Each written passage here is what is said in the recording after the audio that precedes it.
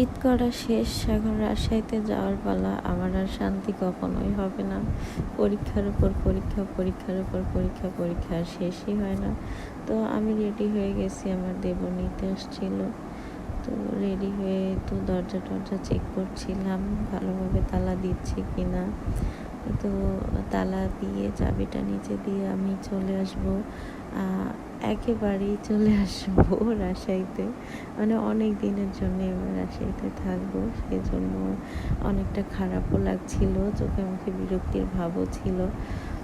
তো কি আর করার, এই তো রেডি হয়ে আমি চাকরি দিয়ে চলে যাচ্ছি আমার সব বেডিংপত্র নিয়ে, মানে যা যা দরকার আর কি। আর এই বালতিতে হচ্ছে আমি ফ্রিজের জিনিস নিয়ে আসি, এজন্য এটা নিয়ে আসলে আবার নিয়ে যাইতে হয় খালি করে, তো বাসা থেকে আবার নিয়ে আসি। সেজন্য এটা যখনই আসি তখনই এটা প্রায় সাথে আসে আমার, এটা মানে আমার সঙ্গী, জার্নি করার টাইমে।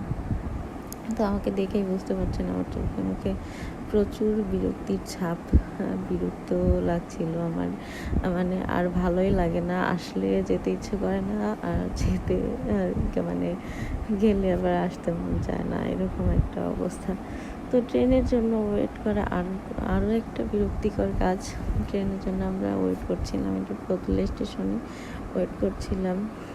তো অ্যাট লাস্ট আমরা হচ্ছে ট্রেন আসার আগ মুহূর্তে, এটা হচ্ছে কমলাপুর রেল স্টেশনে আবার ওয়েট করছিলাম, ট্রেন আসতে দেরি হচ্ছিল। তো আমরা অনেকটা আগেই চলে আসছি, এখানে অনেক আগেই আসতে হয়, 10টার দিকে ওই ট্রেন থাকে, আর এটা হচ্ছে দুপুরে। তো এখানে ওয়েট করছিলাম, ভালো লাগছিল না, একটু গরমও ছিল, কি আর করার, কিছু করার নাই। তো এইভাবে বলতে বলতে রাজশাহীতে পৌঁছায় গেলাম। রাজশাহীতে অনেক দিনের জন্য আসছি, সেজন্য আর কি একটু স্মৃতি রেখে দিলাম ভিডিও। জানি না আবার নারায়ণগঞ্জ ফিরবো কবে, কবে যাব।